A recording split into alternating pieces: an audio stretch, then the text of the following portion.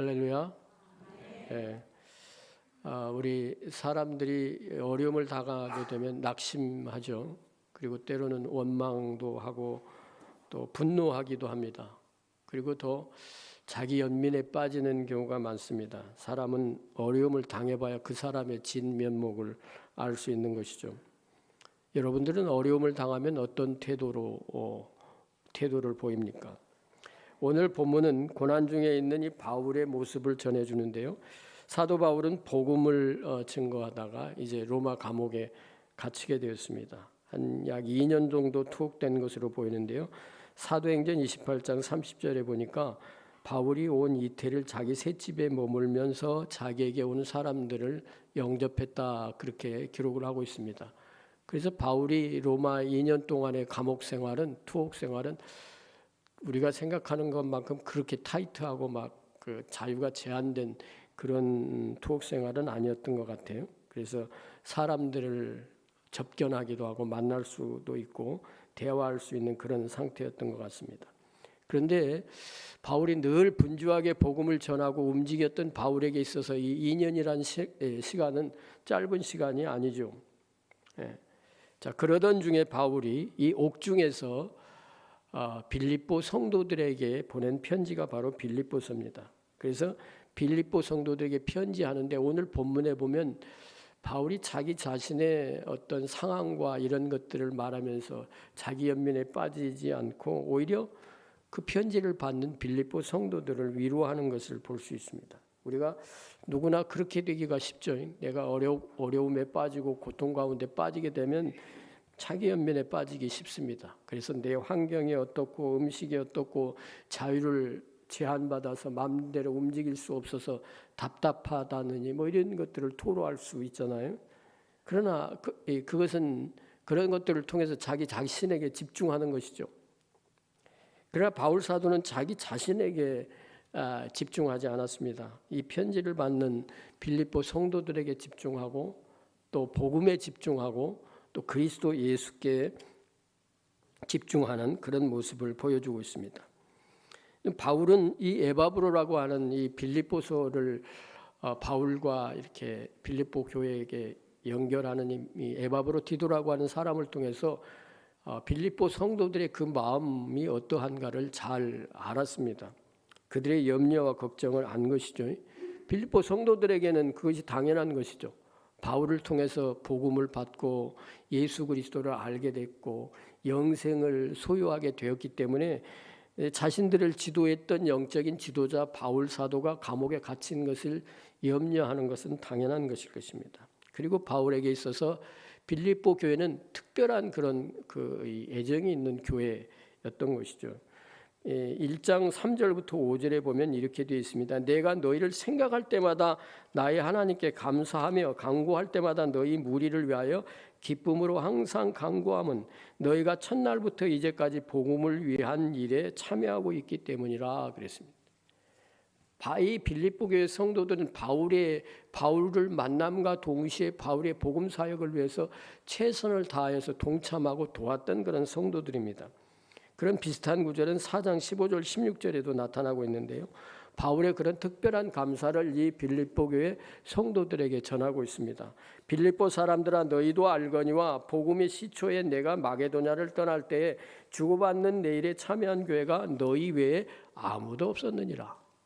데살로니가에 있을 때도 너희가 한 번뿐 아니라 두 번이나 나의 쓸 것을 보내었도다 라고 했습니다. 그러니까 바울 사도의 마음속에 이 빌립보 교회 성도들은 상당히 감사의 대상이 되었던 것이죠. 대견한 그런 사람들이었습니다.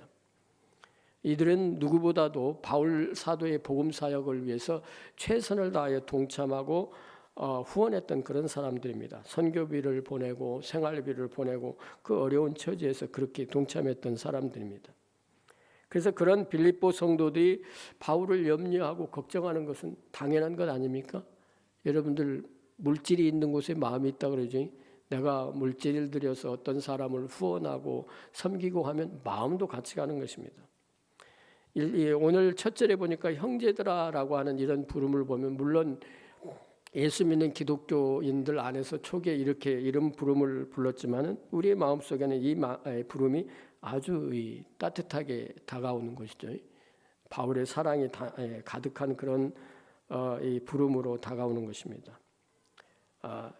그래서 이제 그들에게 자신의 어렵고 힘들고 고통스러운 상황을 전하는 것이 아니라 이 자신이 투옥되었던 상황이 이런 형편이 오히려 예수 그리스도의 복음의 증거되는 데에 진전이 되었다고 하는 것으로 말씀을 하고 있습니다. 그래서 오히려 걱정과 염려로 가득 차 있는 빌립보 성도들을 위로하고 격려하고 있다고 하는 것이죠.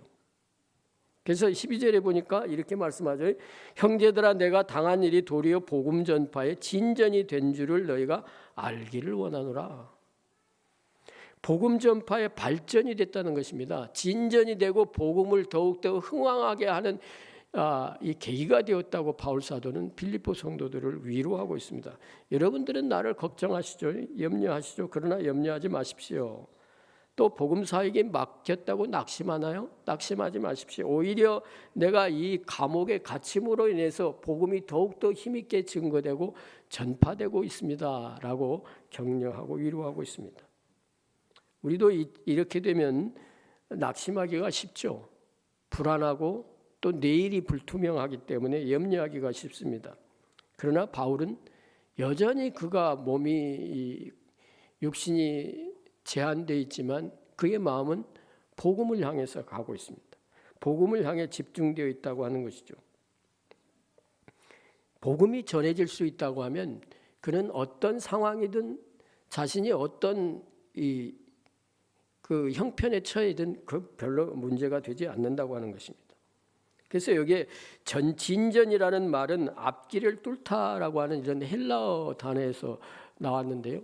이 바울이 옥중에 투옥됨으로 인해서 오히려 복음이 길을 열고 뚫었다고 하는 것을 의미하는 것이죠.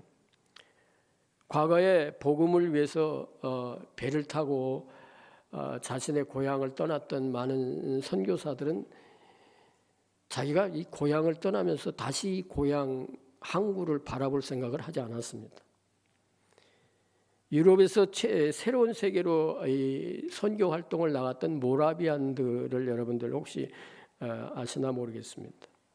그들은 복음을 전하기 위해서 흑인 노예들에게 복음을 전하기 위해서 자청해서 노예 생활을 했던 그런 사람들입니다.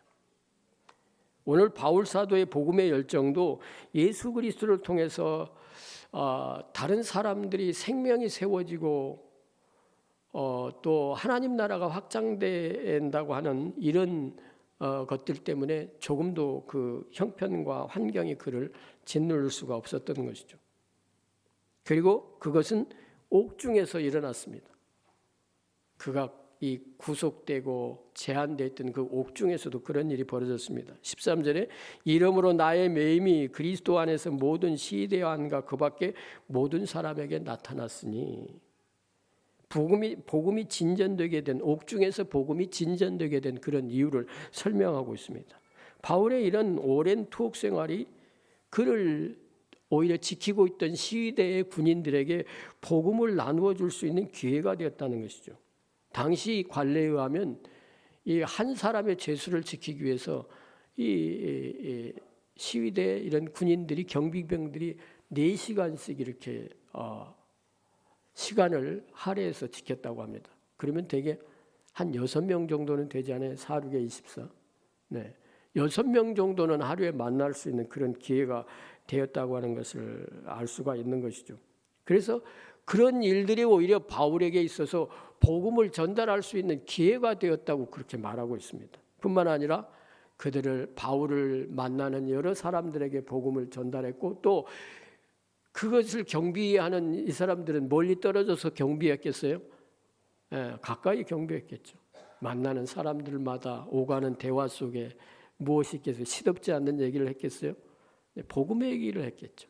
그리스도에 대한 얘기를 했겠죠.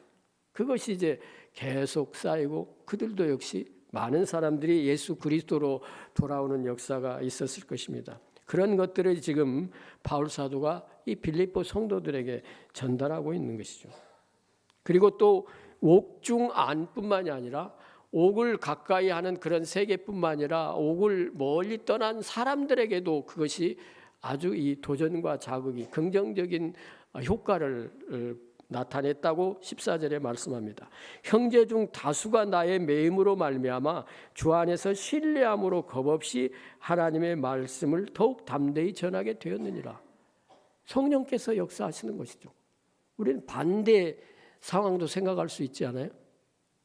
자기 지도자가 옥에 갇혀서 제한된 그런 생활을 하고 하면 몸치려들게 되고 자신의 육신의 안위를 생각하게 되고 뒤로 한 발짝 물러설 수 있는 그런 상황이 될 수도 있습니다. 그런데 바울이 아는 그런 많은 형제들이 오히려 바울이 옥중에 갇힌 것 때문에 자극이 되고 도전이 되었다고 하는 것을 말씀하는 것이죠. 그의 투옥 중에도 조금도 흔들림이 없이 복음에 집중되어 있는 바울의 모습을 통해서 그전에는 의심이 되었다가도 확신을 얻게 되는, 더욱더 신뢰함으로 용기를 얻고 복음을 전하는 데 적극적인 되었다고 하는 것을 말씀합니다. 그런데 다 그런 것만이 아니었어요. 다 그런 것만이 아니라 그런 사람들, 또 어떤 사람들 가운데는 이 상황을 잘못된 동기를 가지고 복음을 전하는 사람들이 있었습니다. 그래서 15절에 뭐라고 하는가 하면 어떤 이들은 투기와 분쟁으로 어떤 이는 착한 뜻으로 그리스도를 전파하나니. 그러니까 어떤 사람들은 바울이 옥중에 있는데 열심히 복음을 전하는데 그 열심히 동기가 예수 그리스도를 드러내고 복음을 나타내고 하나님 나라를 확장하는 데 그 동기가 된 것이 아니라 바울과 경쟁이 심해서 그렇게 했다는 것이. 그러면서 나중에 뒤에 보면 바울을 어떻게 하면 괴로움에 빠뜨릴까라는 생각으로 그렇게 했다는 것입니다. 어느 공동체나 그런 경우가 있죠. 공동의 목표를 가지고 공동의 어떤 이념을 가지고 그 일에 열심히 사랑으로 협력으로 하는 사람이 있는가 하면 자신을 드러내기 위해서 경쟁심으로 다툼으로 하는 사람이 있기 마련입니다. 그런데 바울 사도는 지금 이 복음의 현장에도 그런 사람이 있었다고 말씀하는 것이죠. 그런데 사랑의 동기가 되어서 복음을 열심히 전한 사람들이 있었습니다. 아까도 말씀드렸듯이 어떤 사람들은 그의 지도자가 옥중에 갇힘으로 인해서 고초당하는 그것을 보고 더 열심을 품고 예수 그리스도를 증거하며 이 복음을 전했다고 하는 것이죠. 그래서 16절에 이렇게 말씀합니다. 이들은 내가 복음을 변증하기 위해서 세우심을 받은 줄 알고 사랑으로 하나. 사랑을 품고 복음을 전했다는 것입니다. 우리 이 자리에 예배드린 여러 모든 성도님들도 무슨 일을 헌신하고 섬기고 봉사하는 모든 동기가 사랑이 되시기를 축복합니다. 네, 사랑으로 하는 것이죠. 교회 일은 사랑으로 하는 것이, 경쟁으로 하는 것이 아닙니다. 내가 저 사람을 이겨보려고 하는 것이 아닙니다. 나를 드러내기 위해서 하는 일이 아닙니다. 그러나 그 중에는 경쟁심이 동기가 된 그런 사람들도 있었다는 것이에요. 17절에 그들은 나의 매임에 괴로움을 더하게 할 줄 생각하여 순수하지 못하게 다툼으로 그리스도를 전파하느니라. 이상한 일이 아닙니까? 생명의 복음 예수 그리스도를 증거하는 데 있어서 사랑으로 하지 않고 다툼으로 했다는 것입니다. 경쟁심으로 했다는 것입니다. 그들은 아마 바울이 가진 그런 권위와 영향력 이런 것들에 시기와 질투로 반응했던 것으로 보입니다. 그래서 그들은 복음을 전하는데 마음은 딴 데 있어요. 이런 그 속담은 여기에 어울릴지 모르지만 염불에는 마음이 없고 잿밥에 마음이 있었다는 것입니다. 전도를 하는 열심, 동기가 다른 곳에 있었습니다. 투기와 분쟁이었습니다. 다툼이었습니다. 경쟁심이었습니다. 그래서 어떻게 하면 감옥에 갇혀있는 행동의 제한을 받고 묶여있는 바울에게 상처를 주고 낙심케 할까? 그렇게 생각으로 그 복음을 전했다는 것이에요. 그런데 그것은 착각이었죠. 바울이 이런 동기들에 대해서 전혀 상관하지 않았다는 것입니다. 그들이 어떤 동기를 가지고 있든지 간에 그것 때문에도 무엇이 전파된다고 믿었어요? 예수 그리스도의 복음이 전파된다고 믿었습니다. 바울은 그리스도 예외에 복음 외에 다른 데 마음을 가지고 있지 않았습니다. 만약에 바울이 복음 외에 그리스도 외에 다른 데 마음이 있었다고 하면 감옥에 갇혀 있는 동안에 불안했을 것입니다. 조바심을 가졌을 거예요. 자신은 정체되고 다른 사람들은 열심히 움직이고 영향력이 커지고 그런 것에 염려하고 조바심을 갖지 않았겠어요? 만약에? 그러나 바울은 그런 것에 대해서 조금도 개의치 않았습니다. 개의하지 않았어요. 그런 것에 관심이 없었습니다. 오직 바울의 중심에는 오직 예수, 오직 그리스도였습니다. 어떤 방식으로 하든지 어떤 동기로 하든지 복음이 전파된다고 하면 복음이 전파되는 과정에서 예수 그리스도가 나타나고 생명이 세워진다고 하는 생각을 했던 것입니다. 다른 곳에 마음이 있지 않았습니다. 그래서 그는 비록 감옥에 머물러 있을지라도 평안을 유지할 수 있었던 것입니다. 오히려 복음이 전파되는 것 때문에 기뻐했다고 말씀합니다. 18절에 그렇게 말합니다. 그러면 무엇이냐? 겉으로 하나 참으로 하나 무슨 방도로 하든지 전파되는 것은 그리스도니 이로써 나는 기뻐하고 또한 기뻐하리라 라고 말합니다. 여러분들 빌립보서의 다른 별칭이 뭡니까? 기쁨의 서신. 비록 옥중에서 기록한 서신이지만 그 안에는 예수 그리스도로 말미암은 복음으로 말미암은 기쁨으로 충만해 있었다고 하는 것입니다. 그래서 우리는 옥중 서신인 빌립보서를 기쁨의 서신이라고 부릅니다. 바울은 어느 곳에 있든지 어떤 상황에서든지 복음에 집중하고 헌신했습니다. 그래서 그는 2년 동안의 그런 짧지 않은 옥중 생활을 기쁨으로 평안을 유지할 수 있었다고 하는 것입니다. 나쁜 동기를 가진 전도자들에게도 복음의 열매가 맺힐 수 있다고 믿었습니다. 그래서 그는 조금도 그들의 그 잘못된 동기를 이렇게 불편해하지 않았습니다. 그의 투옥 생활이 얼마나 길어질지 모르는 그런 상황에서도 조바심을 갖지 않고 평안함을 유지할 수 있었다는 것입니다. 그리고 그에게 중요한 확신이 있었습니다. 그 확신이 무엇인가 하면 하나님께서 이 모든 과정을 통해서 자신을 구원에 이르게 할 줄로 확실히 소망했다고 하는 것입니다. 19절에 그렇게 말합니다. 이것이 너의 간구와 예수 그리스도의 성령의 도우심으로 나를 구원에 이르게 할 줄 아는 거로 라고 말씀했어요. 그들이 불순한 동기를 가지고 복음을 전하든 나를 괴롭게 하려고 복음을 전하든 아니면 선한 의지를 가지고 복음을 전하든 때로는 나를 곤혹스럽게 할 목적으로 복음을 전하든 그것이 모든 것이 다 하나님께서 구원으로 인도하신다고 하는 확실한 믿음이 있었다고 하는 것입니다. 그러면서 여러분들이 저를 위해서 기도하지 않습니까? 성령께서 도우시지 않습니까? 이렇게 말씀하는 것입니다. 이것이 너의 간구와 예수 그리스도의 성령의 도우심으로 나를 구원에 이르게 할 줄 아는 거로.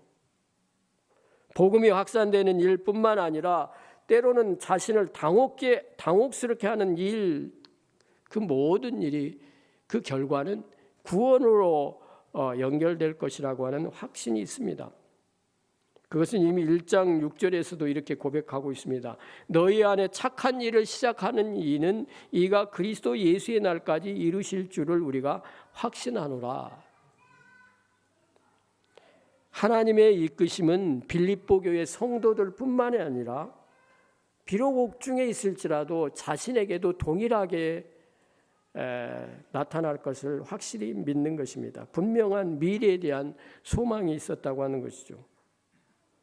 그런 확신에 찬 바울은 어떤 환경과 어떤 처지에서도 낙심하지 않았습니다.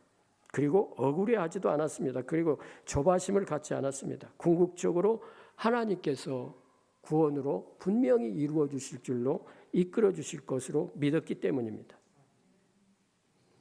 바울은 자신의 삶을 통해서 예수 그리스도께서 존귀하게 되는 것을 간절히 소망했습니다.